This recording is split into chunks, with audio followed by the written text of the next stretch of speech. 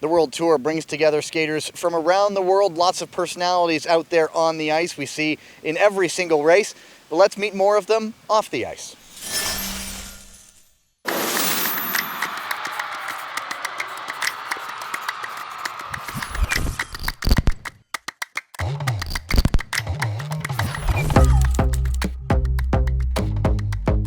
Maybe Canada Willie. Willie is tall, is fast.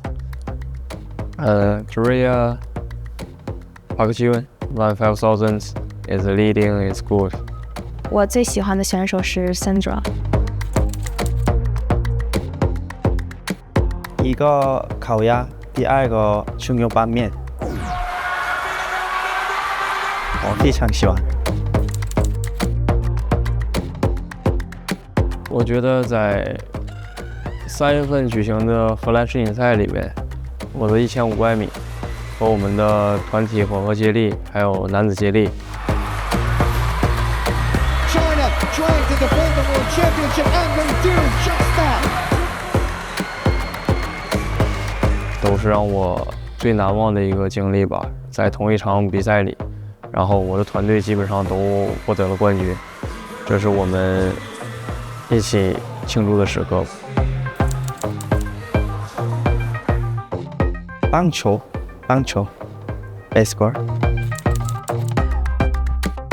接力中的超越，然后我觉得速度，我特别喜欢速度，我觉得短道速滑的速度特别快，然后在接力时队友的配合，然后还有每一次的超越，都让我感觉到很兴奋。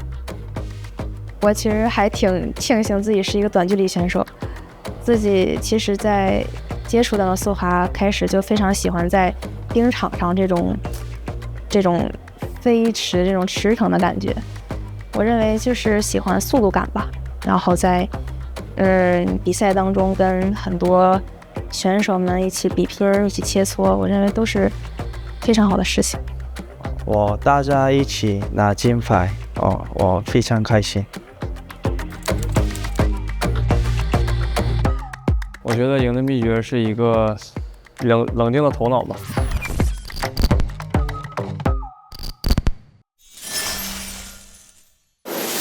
As we well know, short trackers are a different bunch. They like to live, well, dangerously, but given the high potential for injury in this sport, that puts a higher priority on safety. Things like these big mats you see behind us here. Who better to speak to us about them than Hugo Hernhoff, 1994 Olympic gold medalist representing Italy and ISU events director. Hugo, think back to when you first started skating. What was safety like out on the ice then?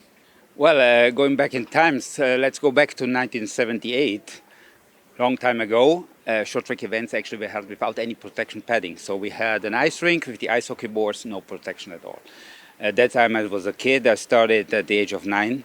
And I remember during the first races, they actually put at the exit of the curve simple bed mattresses. And then it slowly developed with better paddings and normal foam structures at the exit of the curve, which is the main crash zone for short track. Now, as we know, of course, crashes are a fact of life in short track. And I look at these, and these are some pretty meaty mats. What goes into the safety systems here in terms of protection? Well, it has been a long path to get to this level of protection system. Now, obviously, for the ISU, just to make it very clear, safety is highest priority. So it has always been a higher priority and will always be, because that's what we are working on. That's what we have an eye on.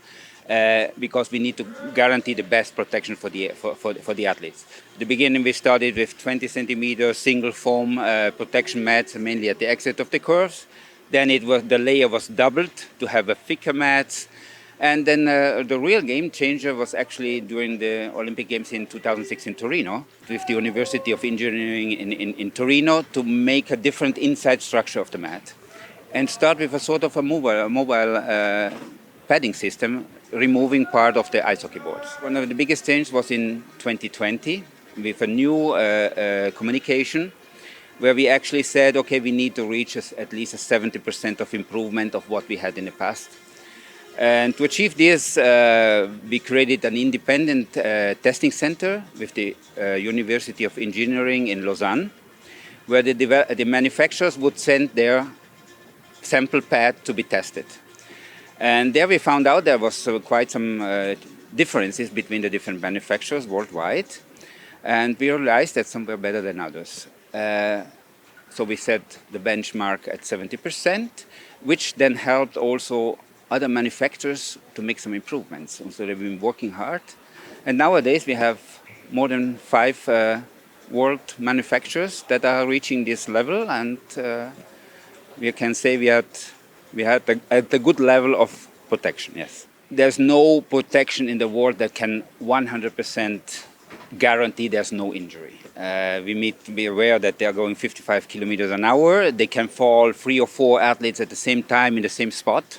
So the mats are to a standard to give a very, very high safety protection, but there's still a chance to have an injury. It's a risky sport, we all know it, so there can still be injuries. Thank you very much, Hugo. It's come a long way from mattresses on corners. Lots more to come.